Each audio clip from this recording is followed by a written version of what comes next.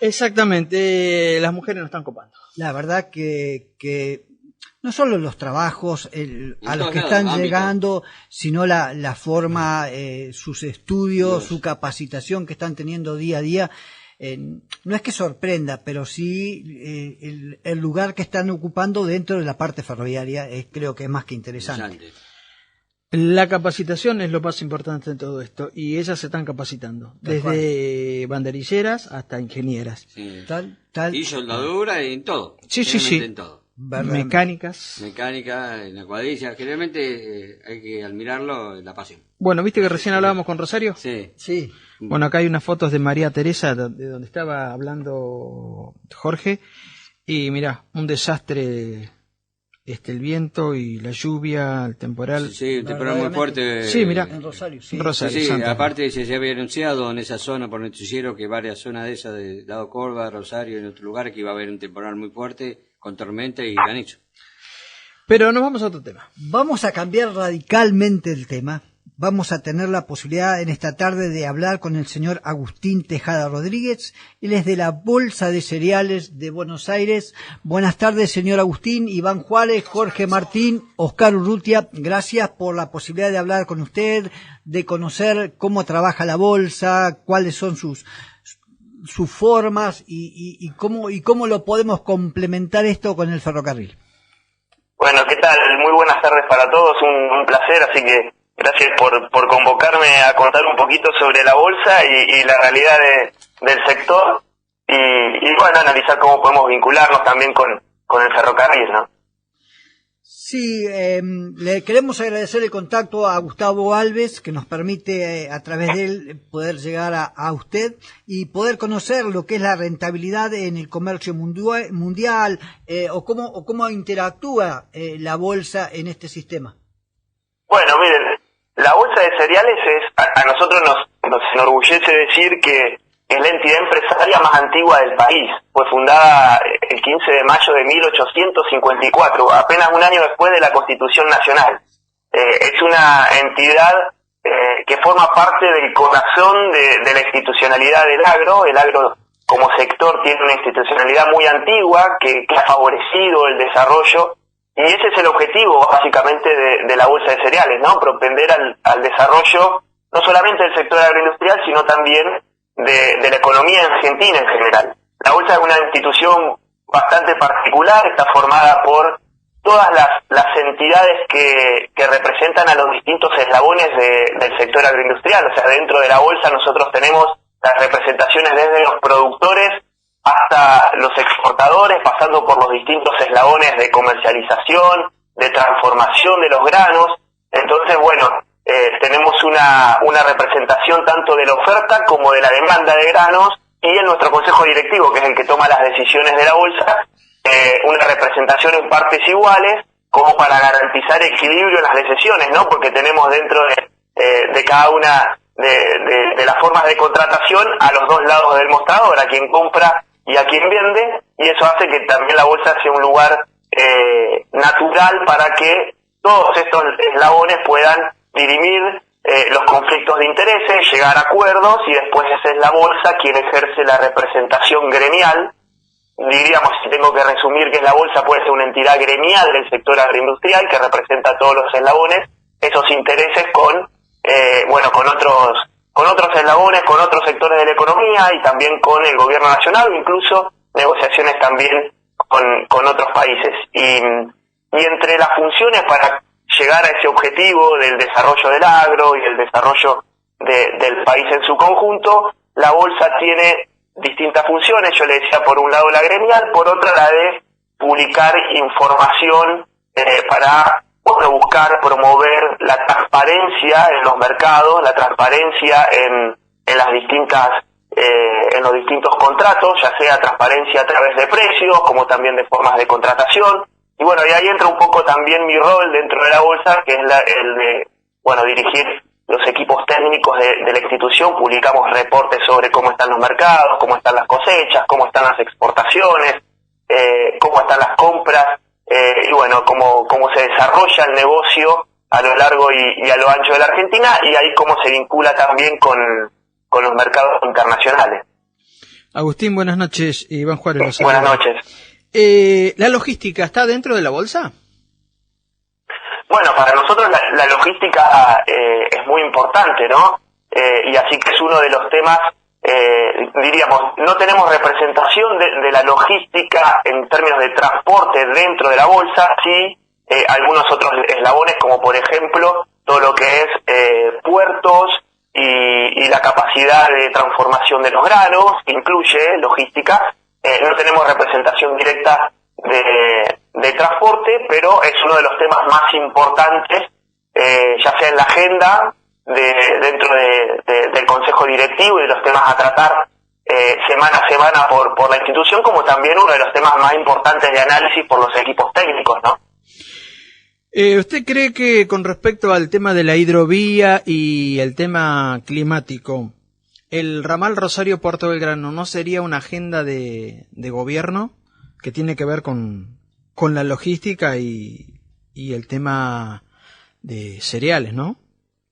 Bueno, sí, obviamente, bueno, en términos de hidrovía, ¿no? Y esto es también a raíz de un proyecto que hemos desarrollado a lo largo de este año, junto con Gustavo Alves, a quien mencionaban, en un proyecto liderado también por Guillermo Paglietini, por Miguel Di Marco. Bueno, ahí hemos estudiado mucho también la importancia y la revolución de la hidrovía, pero también, bueno, los desafíos que tenemos hacia adelante y cómo puede vincularse con el resto de la logística a nivel país. Y ahí hay mucho por hacer en Argentina. Argentina tiene dificultades importantes para insertarse en los mercados internacionales y, bueno, una de esas está vinculada sobre todo a la matriz de transporte y a los costos de logística que tenemos en el país y cómo podemos mejorar la competitividad, ¿no? Ustedes por ahí se preguntarán, bueno, este año el sector agroindustrial en Argentina está haciendo aporte récord a la economía gracias a un mercado internacional que está ofreciendo una gran oportunidad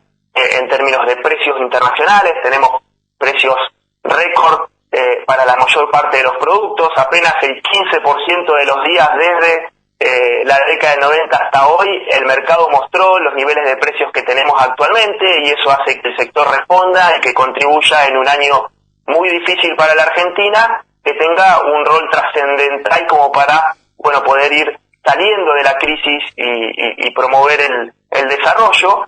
Pero cuando empezamos a indagar, lo que decimos nosotros es, bueno, que estos precios internacionales no nos tapen los problemas que venimos acarreando desde años pasados, sobre todo por las dificultades o por los límites que imponen nuestras propias políticas, ¿no? Argentina viene creciendo en la producción y en las exportaciones de grano a un ritmo menor al que crece el mundo y por eso venimos perdiendo participación. Este año estos grandes precios maquillan en parte esos problemas que tienen que ver, como les decía, no solo con la política en términos de logística. La hidrovía es un tema muy importante y está definiéndose el nuevo esquema y ahí con las dificultades, incluso los nuevos desafíos que impone el clima, el cambio climático, lo que podemos esperar en términos de la profundidad y los desafíos que implica eso, pero también las políticas en términos de derechos, de restricciones a las exportaciones, que hace que Argentina tenga una de las políticas más negativas del mundo y que afecta directamente a uno de los sectores bueno, más competitivos y que más contribuye a la economía. Otra gran pregunta, ¿no? ¿El valor agregado modifica algo a la bolsa de cereales? Bueno, el valor agregado es uno de los objetivos más importantes en términos de producción y exportaciones, ¿no?, del sector. Lo que buscamos, y para eso es que yo les mencionaba las dificultades que impone la política actual, no solo para avanzar en la producción primaria, sino también para avanzar en el agregado, en la transformación de esos granos y poder ir avanzando en la cadena de valor y terminar exportando productos con mayor valor agregado, con más valor unitario y también generando clúster para el agregado de valor en origen, ¿no?, que podamos desarrollar todo el territorio nacional agregándole valor a los granos que producimos en las distintas regiones del país, no solo los granos, también a las otras producciones relacionadas, ¿no?, más vinculadas también con las economías regionales. Así que ese es uno de los objetivos más importantes.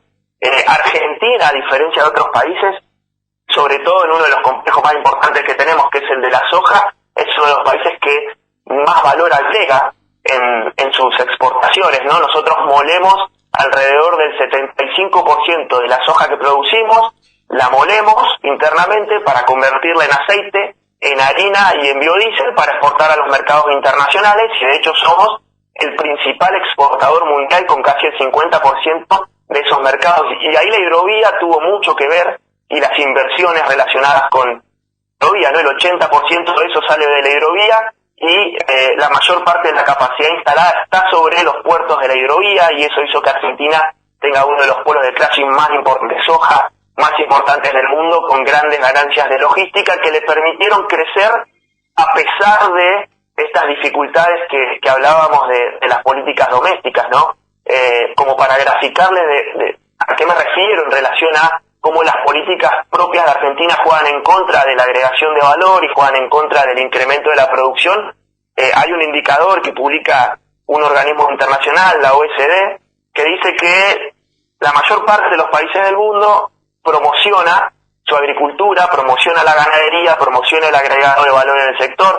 Entre el 20 y el 60% de los ingresos de un productor vienen de política pública, de subsidios, de ayudas, de protección en fronteras. Bueno, en Argentina es el único país del mundo que tiene un indicador negativo, menos 30%, o sea, el ingreso del productor se ve reducido un 30% como consecuencia de las políticas, y eso afecta entonces las decisiones de producción, las decisiones de sembrar más, las decisiones de incorporar tecnología, y sobre todo afecta a las regiones más alejadas de los puertos, ¿no? Que son las que tienen las distancias más largas, que son las que sufren los mayores costos de transporte, de una matriz más centrada en camión, con poca incidencia del ferrocarril o de la hidrovía propia en lo que es el sistema interno, más allá de la gran preponderancia que tienen las exportaciones.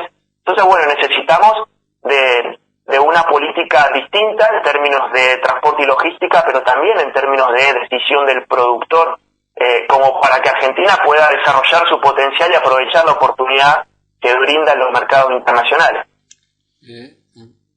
Usted te habla Jorge. A respecto Sí, de lo que Jorge. decía hoy Oscar de principio, ¿qué influiría el ferrocarril en este sistema? Bueno, hoy la matriz de transporte de Argentina es una matriz bien particular, ¿no? Sobre todo cuando nos referimos al transporte de granos. De acuerdo al último reporte de competitividad global del Foro Económico Mundial, el 93% de las cargas de Argentina se transportan por camión. Apenas el 5,4% por trenes. Dependiendo del año varía este porcentaje, y entre 1,5 y 2% es lo que transportamos vía barcazas, ¿no? A través de la hidrovía. Bueno, la matriz en otros países es muy distinta. En Brasil el camión baja 60%, el tren sube al 33%. En Estados Unidos la relación es del camión 16%, cuando el tren también tiene un 25% y las barcazas un 61%. Y como ustedes deben saber mejor que yo, bueno, la eficiencia en el uso de combustibles, en el costo por tonelada transportada es mucho mayor en la barcaza, en el tren, el ferrocarril, que en el camión. Entonces ahí tenemos mucho para avanzar, para ganar competitividad, sobre todo para lo que les mencionaba, las regiones más alejadas de la zona núcleo. Quizás una de las hipótesis es que esta matriz de transporte, más allá de los distintos acontecimientos históricos que han conspirado en contra del ferrocarril en las últimas décadas en Argentina, tiene que ver también con que la mayor parte de la producción en Argentina se encuentra a apenas 300 kilómetros del puerto. Entonces hace que el camión sea algo más competitivo, ¿no? En relación a los otros medios de transporte, que comienzan a agarrar más competitividad conforme nos vamos alejando y tenemos mayores distancias. Pero en el último tiempo Argentina ha expandido su frontera agropecuaria, su frontera ganadera, y ahí comienza a ganar entonces importancia los otros mecanismos de transporte, como para tener una matriz más diversificada, para bajar costos de transporte, y que esas regiones que están más alejadas y que a su vez tienen tierras, diríamos, menos productivas o enfrentan ambientes más restrictivos, me refiero al NOA, al NEA, comiencen a aumentar su producción, aumentar la incorporación de tecnología y a llegar de una manera más eficiente y menos costosa a los principales centros de consumo, y a los principales puertos de exportación. Sí, la otra vez hablamos con gente de Bolivia y ellos exportan soja. Hablamos con gente de Salta y ellos exportan soja. Y hablamos con gente de Zapala y empezaron a crecer los feedlot. Ha cambiado Argentina y ha cambiado la distancia, como usted decía. Hoy viajar a Salta son 1000 y algo de kilómetros desde el puerto Rosario, y si hablamos de Zapala son algo más de 1700, 1800 kilómetros. 1930. Pero es parte de la industria agrícola-ganadera, ¿no? Sí, la fisonomía argentina, la estructura productiva ha cambiado significativamente, sobre todo, diríamos, desde mediados de los 90 hasta aquí. La hidrovía ha tenido mucho que ver, la irrupción de nuevas tecnologías en el campo ha tenido mucho que ver, y los mercados internacionales también, ¿no? Vos me decías, bueno, producen soja en Salta, producen soja en Bolivia, producimos soja en la mayor parte de las regiones de Argentina, y eso tiene que ver también con que los mercados internacionales demandan soja, sobre todo después de que China comenzó a participar del mercado internacional allá por principios de los 2000 y a demandar actualmente más de 100 millones de toneladas de soja, y eso hizo que la cadena de la soja sea la que más crezca y la que mayores oportunidades ofrezca a nivel internacional, y por eso es que, bueno, Argentina, la soja o el complejo sojero, no digo no solo el poroto, sino, como les decía, la transformación del poroto haya ganado tanto lugar en nuestra matriz productiva, pero después en los últimos años también han ganado participación los cereales, con el maíz, con el trigo, Argentina convirtiéndose o volviendo a ser uno de los principales exportadores mundiales. El desafío más importante que tenemos es, por un lado, como les decía, continuar expandiendo y que las regiones más alejadas ganen competitividad con una política distinta en materia de logística y en materia de precios recibidos por el productor, y ahí los derechos de exportación tienen mucho que ver porque recortan el precio a todos, no importa si estás en Salta o si estás a 20 kilómetros del puerto, y entonces eso hace que los más alejados se vean más afectados.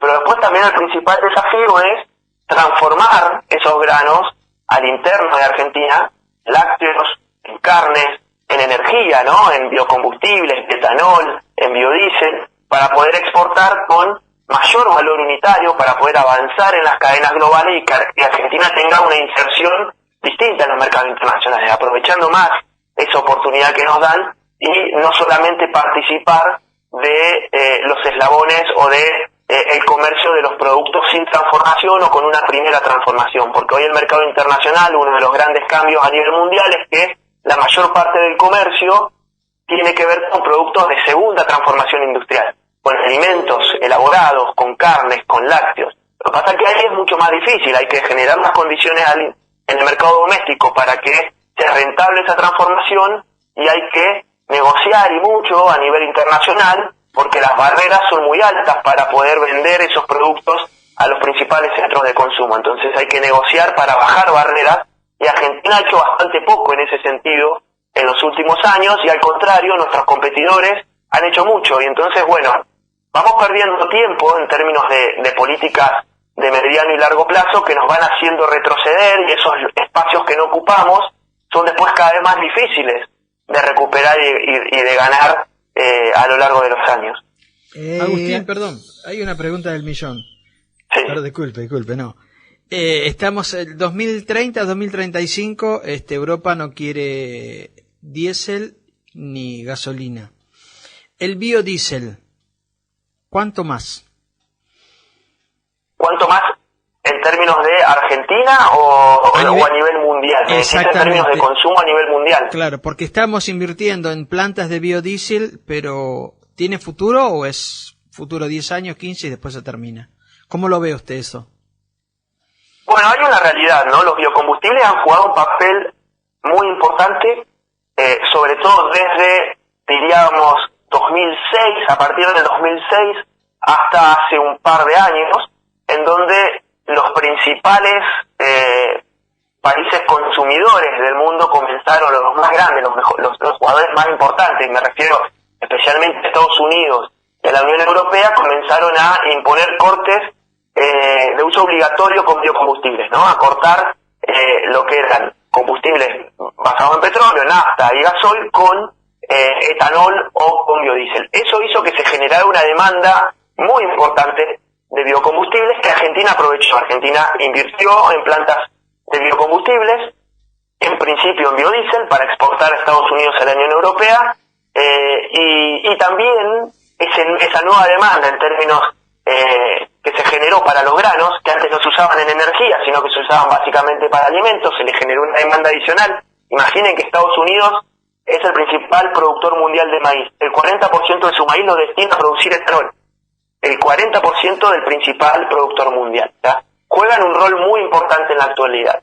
Lo que pasó es que luego los precios de los commodities agrícolas comenzaron a subir, en parte por esta demanda adicional, no solamente por eso, pero obviamente la demanda de biocombustibles tuvo su rol, y comenzó a haber cuestionamientos en términos de el uso de granos o de materia prima alimenticia para la producción de biocombustibles, los denominados biocombustibles de primera generación. Entonces el uso de caña de azúcar, el uso de maíz o el uso de soja o colza para la producción de biocombustibles. Y entonces los países comenzaron a ser más cautos, incluso a retroceder en parte en esos mandatos de corte obligatorio y a buscar otras alternativas para la producción de energía, y en eso estamos. Entonces, hay espacio, sí hay espacio todavía para que Argentina gane lugar, digo, en el mercado internacional y tenga futuro como exportador de biocombustibles. Lo que pasa es que los otros países, Estados Unidos y la Unión Europea, nos pusieron trabas muy importantes. Tenemos casos a resolver, controversias comerciales con ambos en la OMC, difíciles, y entonces las exportaciones han caído. Todavía teníamos espacio en el mercado doméstico para que avance el corte. Lamentablemente hemos tenido una ley de biocombustibles que nos ha hecho retroceder, hace poquito aprobada, pero hay espacio en el mercado doméstico y en el mercado internacional. Ahora, si me preguntás para el mediano y largo plazo, yo creo que los biocombustibles de primera generación, el mundo no los está viendo como el eje de la transformación a una sociedad menos dependiente de los combustibles fósiles, ¿no? A una sociedad más sostenible y equitativa, como la que buscan las distintas reuniones internacionales, entre ellas la de cambio climático que finalizó el día de hoy, que creo que por eso me hacías la pregunta, ¿no? Sí, no, sigue. No, es que realmente hay tanto para hablar y se nos terminó el bloque, Agustín. Había para preguntar por agroinsumos, había para preguntar por la urea, había para preguntar por desarrollo de áreas. Gran problema ese hoy, ¿no? Porque tenemos precios internacionales muy atractivos, yo les decía, en niveles históricamente altos, pero los costos subieron recortando fuertemente los márgenes, sobre todo por lo que está pasando con el tema de fertilizantes, el nitrogenado, la urea, y Argentina que ha aumentado sus importaciones de la mano de una buena noticia, que es el aumento del consumo de fertilizantes, para cuidar los suelos y para tener mejor calidad en los productos. Pero bueno, hoy es un gran desafío que tiene el sector, sobre todo pensando en la nueva campaña, ¿no? Porque la relación insumo-producto se está viendo bastante deteriorada, y con la presión de las políticas de derechos y restricciones a las exportaciones hace que, bueno, tengamos para la próxima campaña un gran desafío por sortear. Agustín, se nos terminó el bloque, lo vamos a comprometer, si usted nos permite, para una nueva nota. El 18. El 18. ¿El último programa? El último programa de La Voz del Riel de este año, ¿Cómo no? en directo, lo vamos a comprometer para poder seguir hablando y explayando estos temas que son por demás interesantes. Bueno, sin problema, un placer. Espero entonces. Muchísimas gracias. Buen fin de semana, Agustín. A ustedes, igualmente. Chao, chao.